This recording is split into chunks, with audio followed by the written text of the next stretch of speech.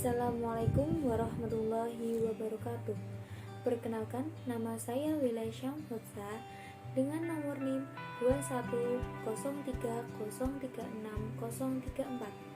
Saya merupakan mahasiswa semester 1 Program Studi Manajemen Pendidikan Islam Fakultas Ilmu Tarbiyah dan Keguruan Universitas Islam Negeri Semarang. Dalam video ini, saya akan menjelaskan secara singkat tentang moderasi beragama dalam bidang pendidikan. Video ini dibuat untuk memenuhi tugas UTS mata kuliah Islam dan Moderasi Beragama dengan dosen pengampu Bapak Dr. Andes Danusiri MAG. Islam dan Moderasi Beragama.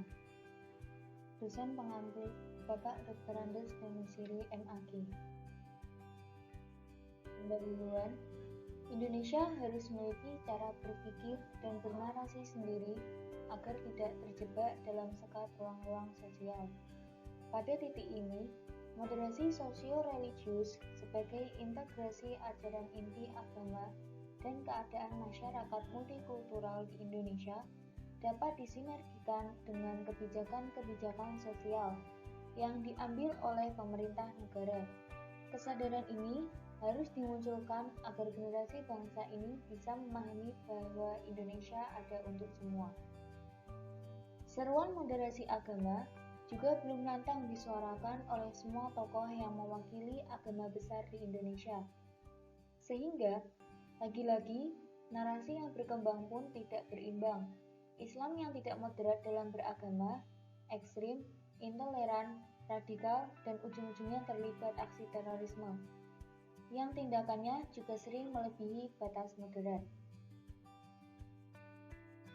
Dalam bab ini, saya akan menjelaskan 3 materi. 1. Pengertian moderasi beragama. 2. Jejak moderasi Islam. 3. Praktik moderasi beragama. Yang pertama, pengertian moderasi beragama.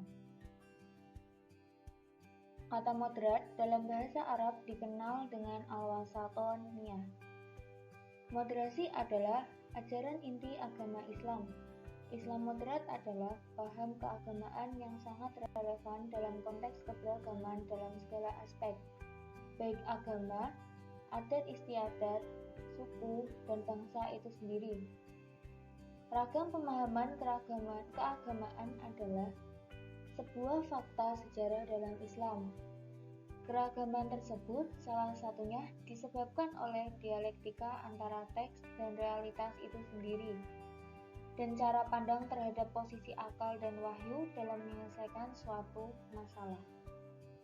Konsekuensi logis dari kenyataan tersebut adalah munculnya tema-tema yang mengikuti di belakang kata Islam. Misalnya, Islam fundamental, Islam liberal, Islam progresif, Islam moderat, dan masih banyak yang lain. Untuk yang bab kedua, jejak moderasi Islam. Islam pada dasarnya adalah agama universal, tidak terkotak-kotak oleh label tertentu. Hanya saja, cara pemahaman terhadap agama Islam itu kemudian menghasilkan terma yang berbeda.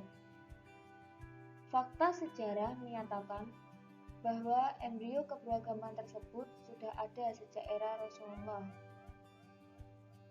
yang kemudian semakin berkembang pada era sahabat, terlebih khusus pada era Umar bin Khattab. Jejak moderasi Islam terbagi menjadi 6. Yang pertama, moderasi akidah Islam. Yang kedua, moderasi hukum Islam. Yang ketiga, moderasi penafsiran. Yang keempat, moderasi pemikiran Islam. Yang kelima, tasawuf moderat. Dan yang terakhir, moderasi dakwah Islamiyah. Pertama, moderasi akidah Islam. Aliran yang menengahi antara Mu'tazilah yang sangat rasional dan Salafiyah dan Hanabilah yang sangat tekstual. Dalam pengambilan kesimpulan, banyak menggunakan premis-premis demonstratif yang bersifat logis. Yang kedua, moderasi hukum Islam. Kemoderatan Islam pun harus digalakkan dalam hukum. Dalam hal ini, dialektika antara teks dan realitas selalu berjalan lurus dan mengeluarkan sebuah hukum. Karena maksud Tuhan yang tertuang dalam Al-Quran dan hadis tak pernah berseberangan dengan kemaslahatan umat manusia. Hasil ijtihad para ulama fuqaha yang melahirkan sebuah hukum sejatinya tetap harus memerhatikan prinsip fleksibilitas, kontekstualitas. Yang ketiga, moderasi penafsiran. Seorang penafsir harus mampu melahirkan produk tafsir yang moderat dan berkerahmatan. Tafsir moderat yang berkerahmatan yang dimaksud adalah produk tafsir yang sesuai dengan nilai-nilai keislaman yang tetap memperhatikan kondisi sosial kemasyarakatan di Nusantara yang sangat majemuk dan heterogen. Yang keempat, moderasi pemikiran Islam. Kemoderatan dalam pemikiran Islam adalah mengedepankan sikap toleran dalam perbedaan, baik beragam dalam madhab maupun beragam dalam beragama. Dalam artian, sikap inklusivisme yang dipahami dalam pemikiran Islam adalah memberikan ruang bagi keragaman pemikiran, pemahaman, dan persepsi keislaman. Yang kelima, tasawuf moderat. Konsep ajaran esoterik yang termanifestasi dalam spiritual sufistik tidak berarti negatif, berarti kekumuhan, kekurangan, kemiskinan, dan lain-lain. Tapi, sufi moderat adalah orang yang selalu menghadirkan nilai-nilai keutuhan dalam tingkah langkahnya. Selain itu, konsep tasawuf yang moderat adalah tasawuf yang hadir sebagai jawaban terhadap serangan kepada tasawuf yang sama-sama berbeda pada posisi berlebihan. Sebagaimana dijelaskan sebelumnya bahwa pada periode tertentu konsep tasawuf yang banyak dikenal di masyarakat terkesan pasif dan pasrah, bahkan meninggalkan segala yang berkaitan dengan dunia melalui konsep zuhudnya, meskipun pada saat yang sama juga tidak meninggalkan dunia. Yang terakhir ada yang keenam, moderasi dakwah Islamiyah. Kaitannya dengan dakwah, para media sangat strategis dalam upaya penyampaian pesan dakwah. Media mampu menembus batas-batas ruang dan waktu. Artinya, meski dengan jarak jauh, komunikasi kemungkinan dilakukan. Tidak hanya itu, media juga menawarkan kecepatan waktu dalam menyediakan beragam informasi. Media saat ini tumbuh kian pesat. Dulu, media elektronik seperti televisi dan radio menjadi pilihan favorit dalam mencari informasi. Keunggulannya adalah mampu mengirim pesan melalui elektronik. Yang bab terakhir yaitu yang ketiga, praktik moderasi beragama. Praktik moderasi beragama pada masyarakat multikultural. Dalam bab ini saya akan membahas dua pembahasan. Yang pertama, menjadikan lembaga pendidikan sebagai basis laboratorium moderasi beragama.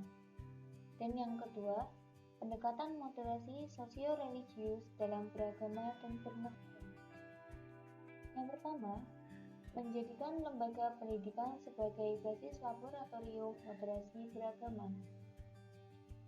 Melalui kebijakan sekolah yang lemah dalam mengontrol masuknya radikalisme di sekolah, hal itu terwujud dalam kurikulum yang berorientasi pada moderasi beragama. Moderasi beragama harus menjadi perhatian pemerintah dalam membuat narasi rencana pembangunan jangka panjang nasional. Sebagai keseriusan pemerintah dalam mengaungkan moderasi beragama di kalangan umat beragama di Indonesia, sekolah mesti memperbanyak praktik pengalaman keagamaan yang berbeda sehingga kita bisa menjalin kerjasama antar agama. Yang kedua, pendekatan moderasi sosio-religius dalam beragama dan bernegara. Konsep moderasi sosio-religius dalam beragama sejatinya dapat dirumuskan berdasarkan Al-Quran Surat Al-Anbiya ayat 107 yang artinya, "Dan tiadalah kami mengutus kamu, melainkan untuk menjadi rahmat bagi semesta alam." Dalam ayat tersebut dijelaskan bahwa kita dapat menafsirkan kata rahmat dalam konteks kehidupan di dunia ini dengan moderasi dua pola relasi sekaligus.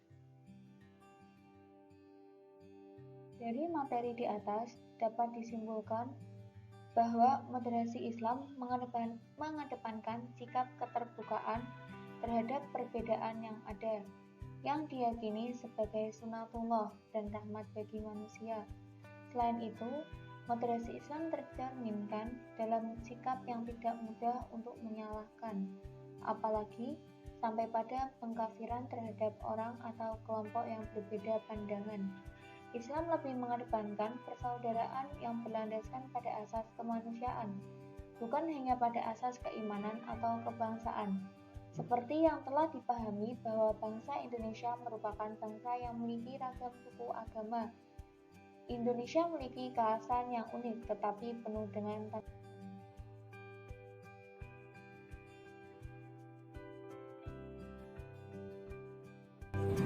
Sekian video penjelasan yang telah saya sampaikan. Kurang lebihnya mohon maaf. Wassalamualaikum warahmatullahi wabarakatuh.